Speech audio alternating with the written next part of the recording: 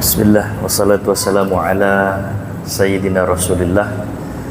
Assalamualaikum warahmatullahi wabarakatuh.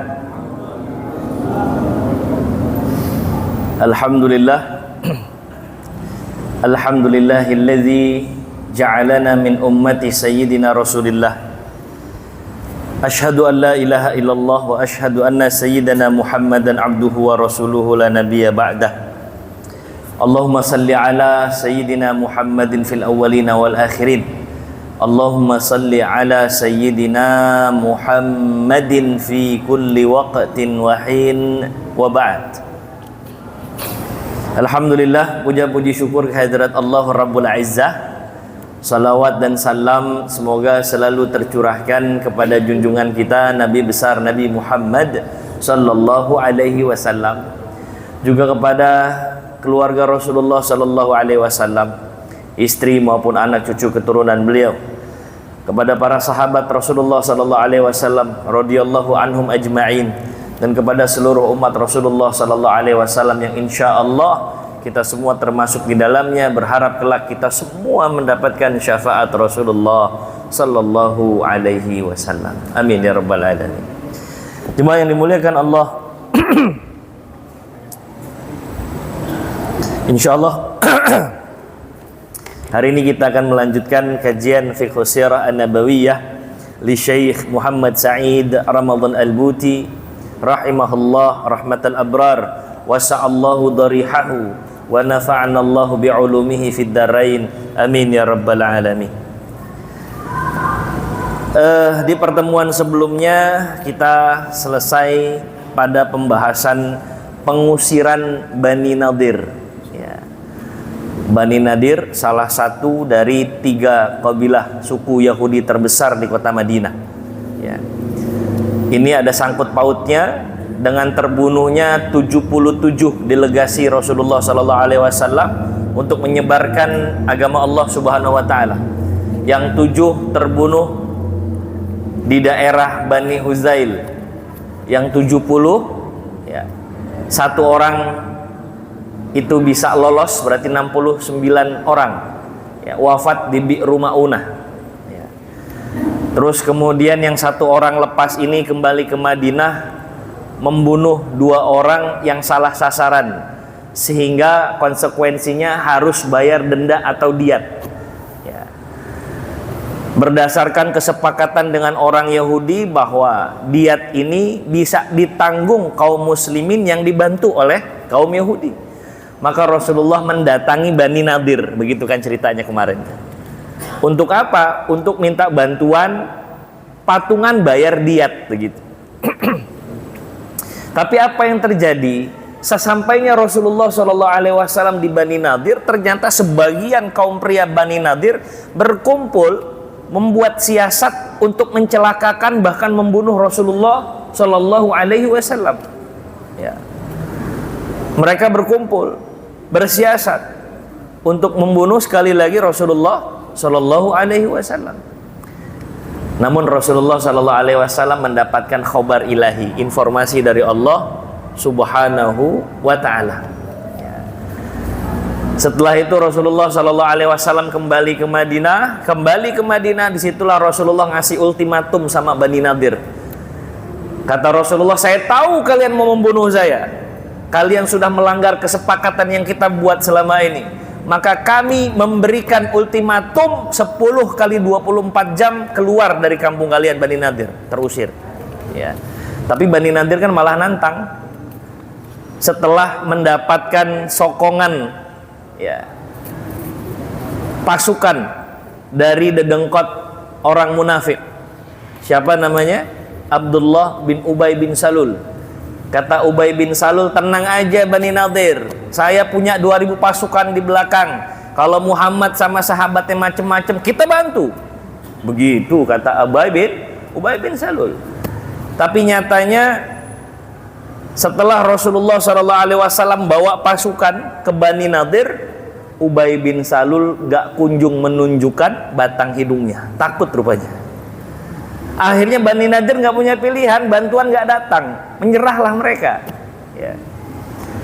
Setelah menyerah kata Rasulullah, silahkan keluar, tapi peraturan sudah berubah. Cukup bawa harta kalian sesuai dengan kapasitas kendaraan yang kalian miliki. Nggak boleh bolak-balik ngambil barang. Ya, akhirnya masih banyak barang peninggalan orang-orang Yahudi. Harta itulah yang disebut harta fa'i. Harta fa'i ini menjadi kebijakannya pemimpin saat itu Rasulullah Shallallahu Alaihi Wasallam. Sebagian nanti dibagikan sama Rasul, sebagian digunakan untuk keperluan, dikelola asetnya sama Rasulullah Shallallahu Alaihi Wasallam untuk kebutuhan anak istri beliau. Ya, itu Bani Nadir. Berarti ada hubungannya sama pembunuhan 76 delegasi dai Rasulullah Shallallahu Alaihi Wasallam. Selepas urusan selesai sama Bani Nadir, ya, ada lagi sebuah kejadian namanya kejadian atau perang Zatur Riqa. Ya. Waqad kanat fi sanatir rabi'ah lil hijrah ba'da mururi syahrin wa nisf takriban ala ijla'i Bani Nadir. Kurang lebih tahun keempat, 1 bulan setengah pasca kejadian Bani Nadir, ya, Rasulullah Shallallahu Alaihi Wasallam membawa pasukan, ya, untuk memerangi orang-orang yang terindikasi punya andil membunuh 76 delegasi Rasulullah Shallallahu Alaihi Wasallam. Kabilah yang dituju adalah kabilah Maharib atau Muharib, satu lagi Bani Sa'lab. Berangkat Rasulullah sama pasukan. Madinah ditinggal dong. Iya, Madinah ditinggal oleh Rasulullah. Rasulullah naruh sahabat di sana untuk menggantikan posisi Rasulullah Shallallahu Alaihi Wasallam, ya, untuk menjaga stabilitas Madinah. Saat itu yang diamanahi adalah Abu Dzar Al-Ghifari. Rasulullah Shallallahu Alaihi Wasallam mendatangi kabilah Muharib sama Bani Sa'lab. Wa askara Rasulullah Shallallahu Alaihi Wasallam fi makanin binajdin min ardi Ghatafan yusamma Nakhil. Rasulullah berkemah di sebuah tempat di tanah miliknya Bani Ghatafan, ya, yang namanya Nakhil, nama tempat itu.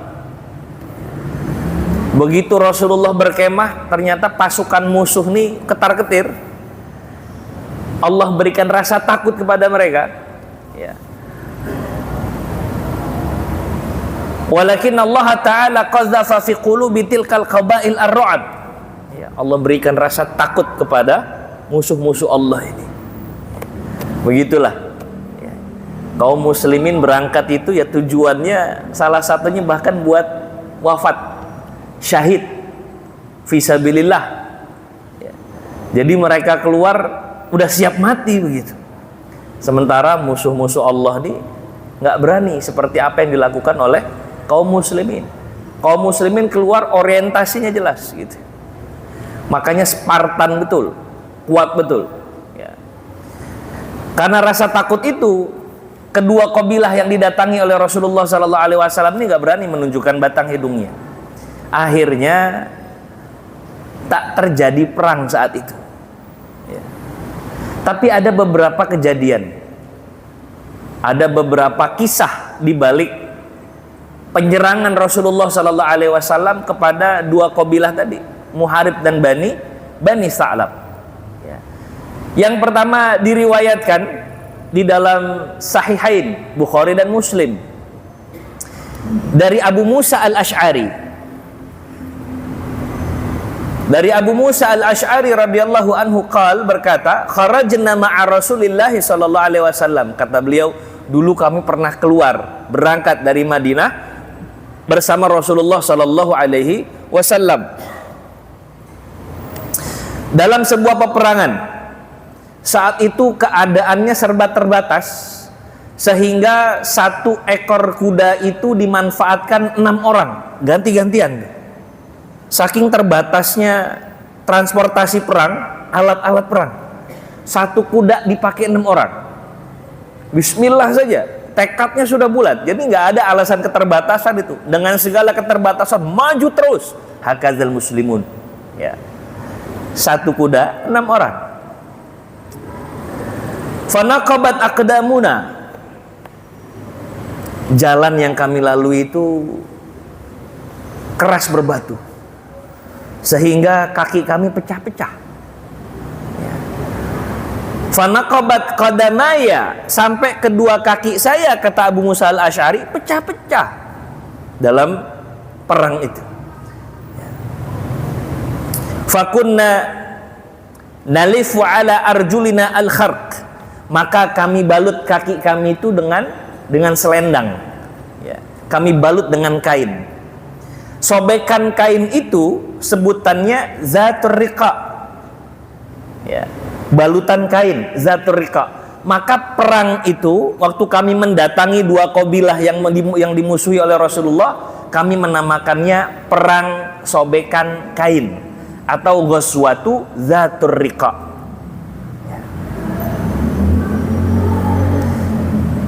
Abu Musa al-Asy'ari setelah cerita begitu excited, semangat cerita aja. Sama lah Pak, kalau ada sesuatu yang berkesan terus kita cerita, kan semangat.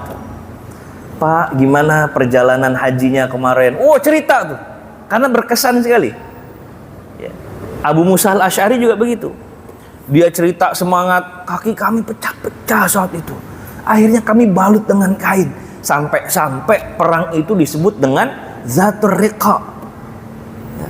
Karena pasukan itu berbalut kain. Gak cuma saya, yang lain juga begitu. Kuku saya sampai copot.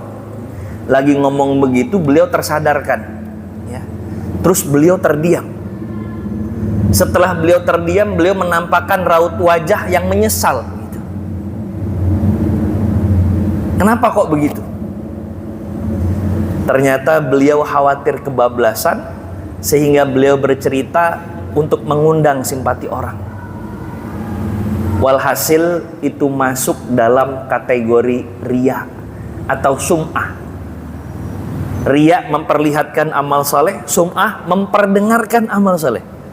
Jadi begitu beliau sadar, beliau langsung stop saat itu. Terdiam beliau, nggak jadi cerita tuh.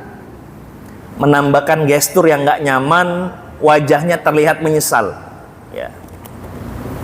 Ka'annahu kariha ayyakuna syai'an min amalihi afsyah, seolah-olah dia itu nggak senang karena amalnya akhirnya tersebar gitu. Tapi beliau baru sadar setelah selesai cerita gitu. Ya. Indah sekali orang-orang yang punya hati seperti ini, menyadari segera kesalahannya, ya. Nggak keterusan dalam kesalahan berikutnya. Ya. Memang bahaya sekali Pak. Pamer amal soleh itu bahaya. Nggak ada salahnya kita memperlihatkan amal soleh kalau kita bisa menjaga hati kita. Tujuannya bukan supaya orang takjub sama kita. Tujuannya bukan supaya Bapak ngasih pengakuan sama saya.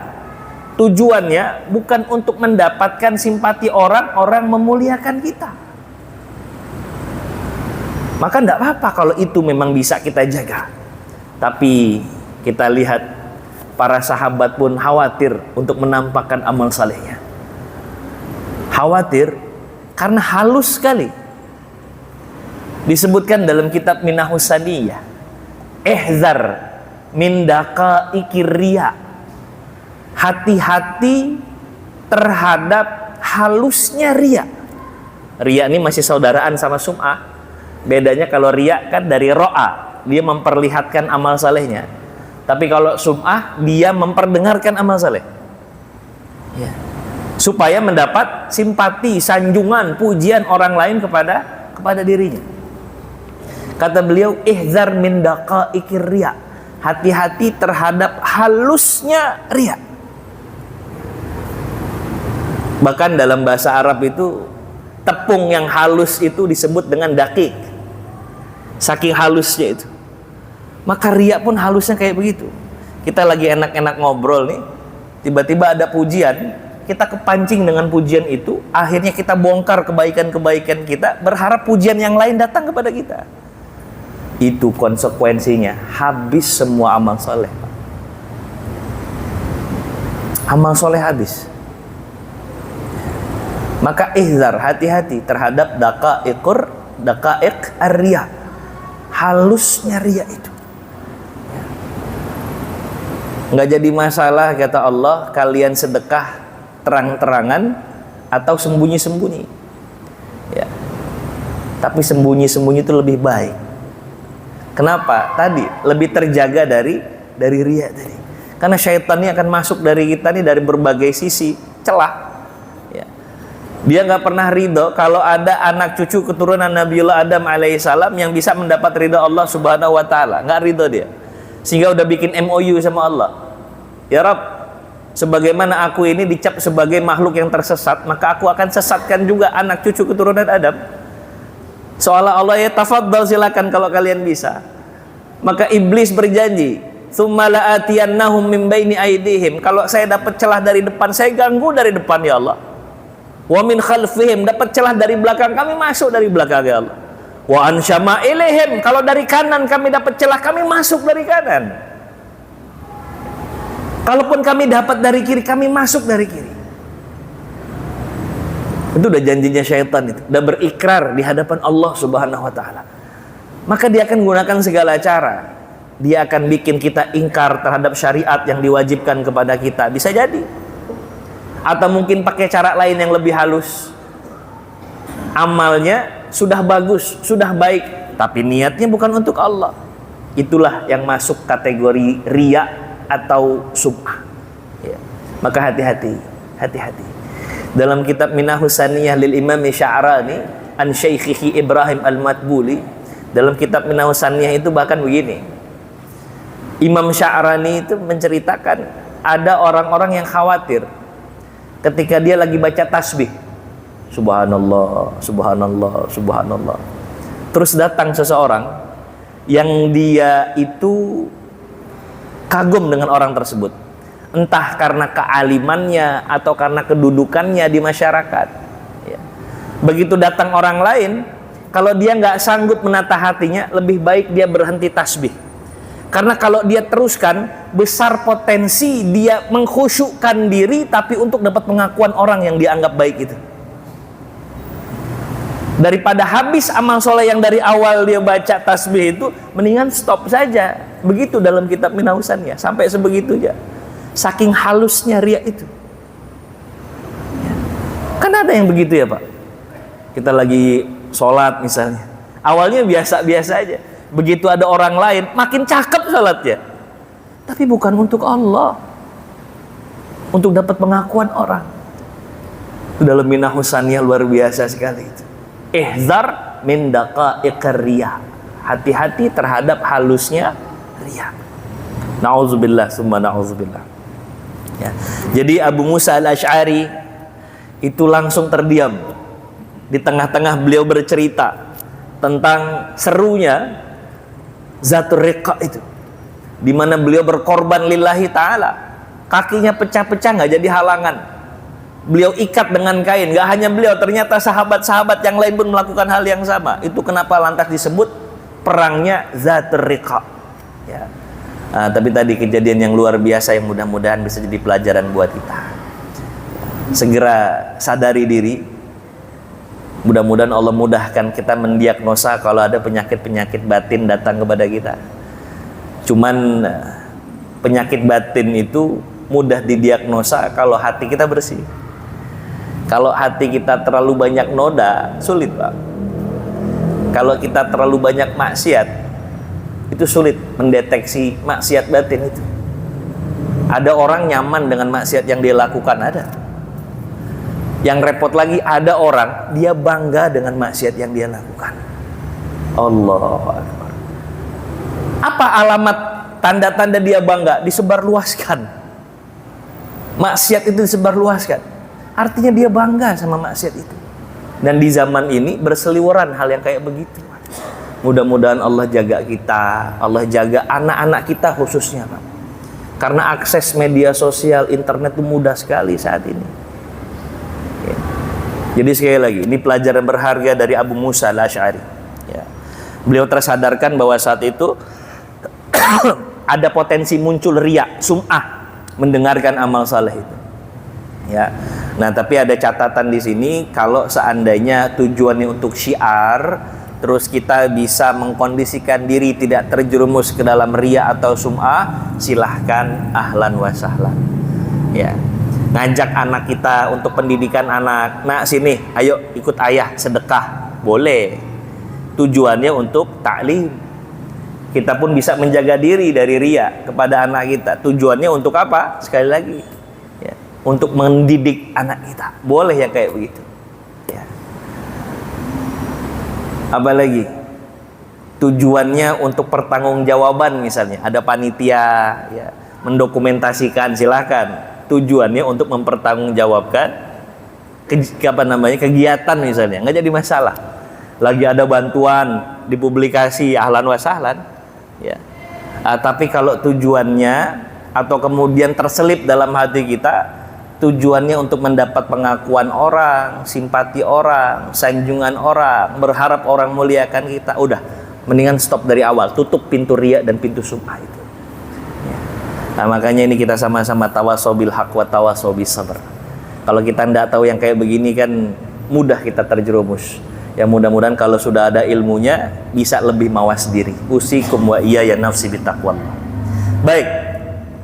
Pelajaran yang kedua, walaupun nggak terjadi peperangan saat itu, tapi ada kejadian yang lain. Ya. Diriwayatkan oleh Bukhari dan Muslim bahwa Rasulullah Shallallahu Alaihi Wasallam mengajak para sahabat melaksanakan sholat dalam bentuk sholatul khauf, sholat dalam keadaan khawatir, ya.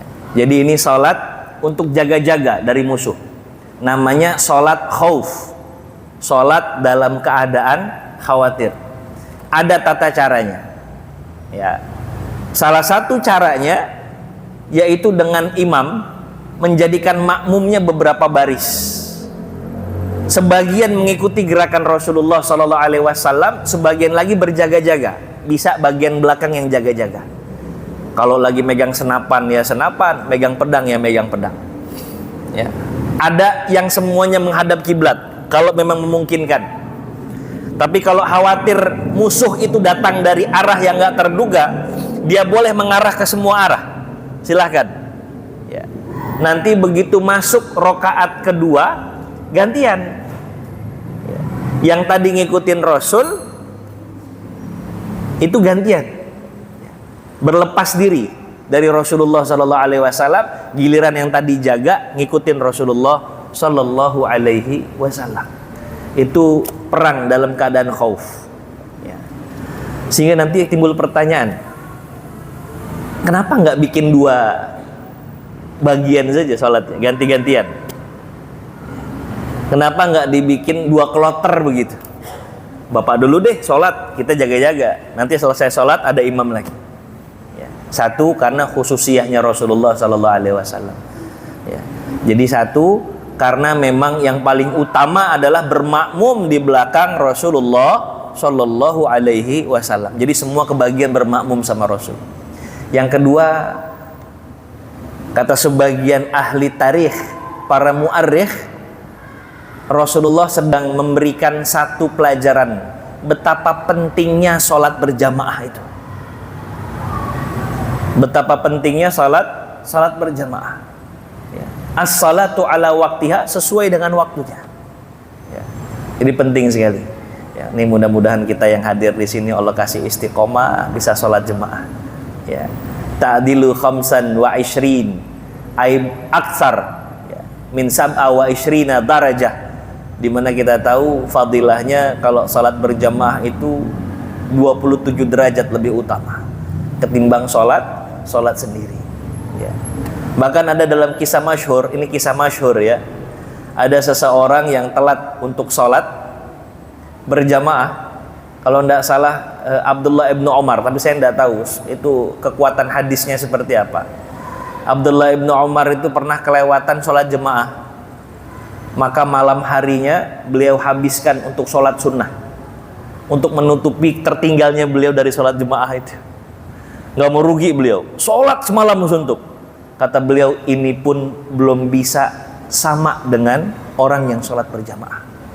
Oh, dahsyat betul, ya. Mudah-mudahan Allah kuatkan hati kita, Allah istiqomahkan kita untuk bisa sholat berjamaah ini, insyaallah, ya. Baik. Jadi yang kedua tentang salat khauf, disyariatkannya salat khauf. Jadi ada tata cara sholat dalam keadaan khawatir akan serangan musuh. Apa namanya? Sholat khauf, ya, salatul khauf. Baik. Kemudian dikisahkan, ya, diriwayatkan oleh Imam Al-Bukhari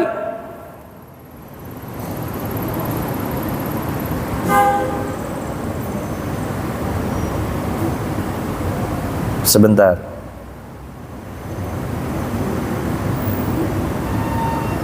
Imam Bukhari dari Jabir radhiyallahu an, ketika Rasulullah dan pasukan ini lagi beristirahat, ya, tempat di mana Rasulullah istirahat itu banyak sekali pohon-pohon.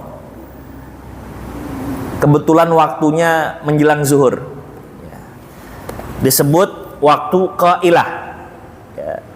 Waktu qailah itu fa'adrakat humul qailah. Qailah yakni waktul qailulah, ya, waktunya tidur siang. Jadi Rasulullah punya kebiasaan tidur siang, Mbak.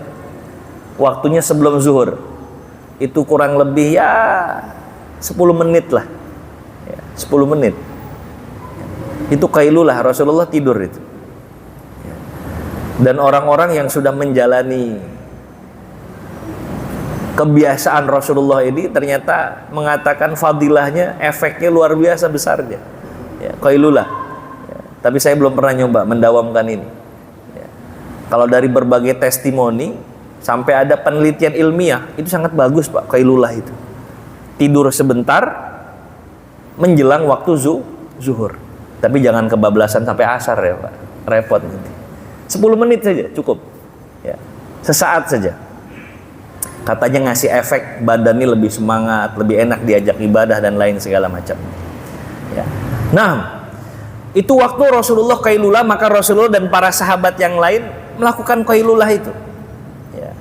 Fi wadin katsirul udah, ya, di lembah yang memang banyak pohonnya, ya. Terus Rasulullah SAW istirahat, ya. Orang-orang pun juga istirahat, masing-masing di bawah pohon-pohon gitu, udah nyari tempat yang enak lah.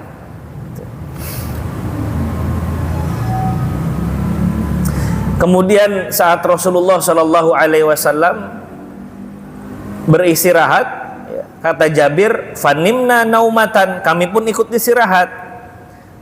Fa idza Rasulullah SAW yad'una, tiba-tiba Rasulullah memanggil kami. Wahai sahabat-sahabatku, faji'nah, maka kami datangi Rasulullah SAW. Begitu kami datang, kami sudah mendapatkan ada satu orang sedang duduk di hadapan Rasulullah SAW. Terus Rasulullah SAW bersabda, orang ini saat saya tidur ikhtarata sayfi, dia ngambil pedang saya, dia nyamber pedang saya. Wa ana naim, padahal saya lagi tidur, kata Rasulullah. Fastaiqaztu, maka aku terbangun, kata Rasul. Wa huwa fi yadihi silatan, sementara pedang udah ada di tangan dia, menghunus ke arahku. Faqala li, orang ini nanya sama saya, kata Rasul, man yamna'uka minni, siapa yang melindungi dirimu dariku? Ini kata orang nih yang lagi menghunuskan pedangnya ke arah Rasulullah SAW, ya. Maka Rasulullah SAW menjawab, faqultu lahu, aku kasih tahu, Allah yang menjaga saya. Mendengar Rasulullah SAW menyebut Allah Subhanahu wa Ta'ala, bergetar orang ini sampai terlepas pedangnya itu, ya. Lantas kemudian pedang itu diambil oleh Rasulullah SAW.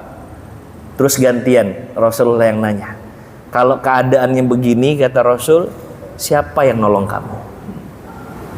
Terdiam orang ini, terdiam orang ini. Dan akhirnya Rasulullah pun tidak mengeksekusi orang itu, ya. Jadi ini sebuah gambaran bagaimana Allah Subhanahu wa Ta'ala melindungi Rasulullah Sallallahu Alaihi Wasallam, ya. Wallahu ya'simuka minan nas, Allah yang menjaga dirimu ya Rasulullah dari orang-orang. Ayat ini bercerita menjaga dalam artian kata menjaga supaya tidak terbunuh di tangan musuh. Ya. Tapi kalau ada yang nyakitin Rasul, masih bisa ada kemungkinannya. Kalau kemudian orang mau mencelakakan Rasul, masih ada kemungkinannya. Tapi Allah jaga, yang dimaksud menjaga adalah melindungi Rasulullah dari pembunuhan yang dilakukan oleh musuh-musuh Allah Subhanahu wa ta'ala.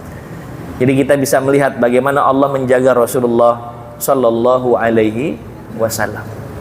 Nah, itu kejadiannya juga pada saat Zatul Riqa. Terus kemudian ada kejadian lagi. Ya. Rasulullah Sallallahu Alaihi Wasallam ketika pulang dari Zatul Riqa itu berbincang-bincang sama seorang sahabat namanya Jabir bin Abdullah. Ini terhitung sahabat mudanya Rasulullah, jadi secara umur jauh. Tapi Rasulullah tuh rafiq. Rasulullah Shallallahu Alaihi Wasallam tuh hatinya halus. Kalau sudah berbaur sama siapa saja, mau yang seumuran, yang lebih tua, yang lebih muda, dan bagaimana Rasulullah menghormati mereka, semuanya sama dihormati Rasul. Termasuk yang muda-muda itu. Ini pelajaran Pak untuk kita. Kadang-kadang kita suka nganggap dengan sebelah mata orang-orang yang mungkin secara umur jauh di bawah kita, atau secara maklumat, keilmuan jauh di bawah kita. Akhirnya kita sering abaikan orang-orang yang seperti ini. Enggak. Kalau kita mau mencontoh Rasulullah Sallallahu Alaihi Wasallam, anak kecil diajak ngobrol sama Rasul. Anak remaja diajak ngobrol panjang sama Rasul. Ini cerita Jabir tuh sepanjang jalan diajak ngobrol sama Rasul. Nggak canggung tuh Rasulullah tuh, nggak nganggap ini mah anak bawa kencur nih, anak masih kecil, cari yang lain aja deh. Nggak begitu. Tapi sepanjang jalan tuh, wah diajak ngobrol sama Rasulullah Sallallahu Alaihi Wasallam. Ya. Jadi kalau kita mau mencontoh yang kayak begini pun sangat patut untuk kita contoh. Ya. Lembut, sopan kepada semua kalangan. Lembut, sopan kepada orang-orang menjadi lawan bicara walaupun lintas umur begitu. Inilah yang dicontohkan oleh Rasulullah Sallallahu Alaihi Wasallam. Terus kemudian Jabir ini punya ontanya tua. Ya. Jadi jalannya itu di belakang, ketinggalan terus. Satu waktu pada saat pembicaraan itu ya ngobrol sama Rasulullah kan ngimbanginnya pelan gitu. Ya. Jabir, ini ontak lambat betul kata Rasul. Naam ya Rasulullah. Emang udah tua nih ontak. Saya punya cuman ini doang ya Rasul, nggak ada yang lain. Ya udah berhenti dulu kata Rasulullah. Inta ya Jabir, kamu wahai Jabir, cari ranting pohon atau tongkat atau sejenisnya kata Rasulullah. Ya. Maka sama Jabir tuh dicarikan, ketemu. Terus sama Rasulullah Sallallahu Alaihi Wasallam dicucuk-cucuk tuh lambungnya si onta itu, ditusuk-tusuk berapa kali? Ditusuk artinya ya disentuh-sentuh begini ya, beberapa kali, sampai kemudian ontanya itu bangun dan ontanya kayak onta muda lagi. Jadi onta itu ngelewatin onta para sahabat saat perjalanan pulang tuh. Bahkan kalau nggak ditahan, onta ini akan melewati ontanya Rasulullah Sallallahu Alaihi Wasallam. Sebentar Rasulullah kan ada di depan. Ya. Ini sehat lagi, dan ini dari salah satu mukjizat yang Allah berikan kepada Rasulullah Sallallahu Alaihi Wasallam. Tapi uniknya itu kisah belum selesai. Rasulullah bilang, Jabir, itu onta sekarang keren betul kalau bahasa kita ya. Jalannya kencang bener. Gimana kalau saya beli ya Jabir? Apa kata Jabir? Jangan dibeli ya Rasulullah. Ini untuk engkau saja sebagai hadiah ya Rasulullah. Kata Rasul, enggak, saya beli. Saya beli kata Rasul. Ya. Mau berapa? Jabir nawar harga, sama Rasul dinaikin. Rasul dinaikin, Jabir bilang ya udah segitu aja. Sama Rasul dinaikin lagi. Ini kalau ada pembeli sama penjual kayak begini cakep betul nih. Di pasar-pasar nggak ada tawar-menawar, adanya tawar-menawar untuk menambahkan harga. Kalau kita kan kadang-kadang suka sadis ya Pak. Berapa harganya? 20.000. Ya 7.500. Ya Allah, itu sakit hati itu pedagang gitu. Enggak. Rasulullah itu nawarnya tinggi, ya. Tapi pedagang juga begitu. Pedagang ngasih banyak gratisan gitu. Bahkan dikasih sama Jabir untuk Rasulullah Sallallahu Alaihi Wasallam. Mungkin kita belum bisa sampai segitu, tapi setidaknya adalah keinginan untuk membahagiakan, ya, baik pedagang kepada pembeli maupun pembeli kepada pedagang. Harus ada rasa itu sebenarnya. Ya. Jadi sampai nanti deal tuh harganya sekian, ya, dibayar sama Rasulullah Sallallahu Alaihi Wasallam. Sampai nanti di Madinah, Jabir nganterin ontaknya. Begitu ontanya sampai kepada Rasulullah, kata Rasulullah, yang nganterin orang lain, ya.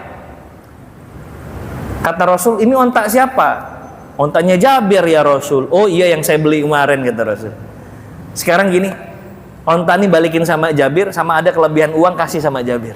Allahu Akbar. Ya. Ini contoh.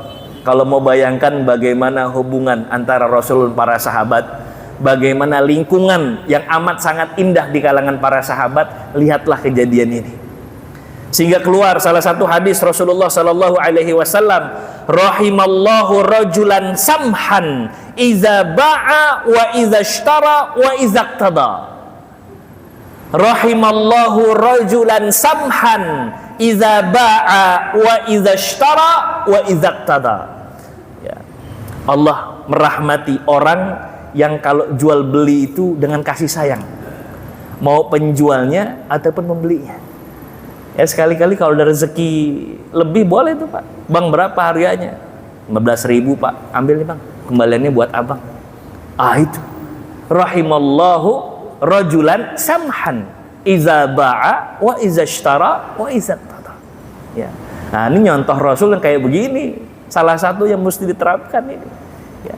Jadi inilah keindahan, ya, dan beberapa pelajaran yang kita bisa dapatkan dari Zatul Riqa.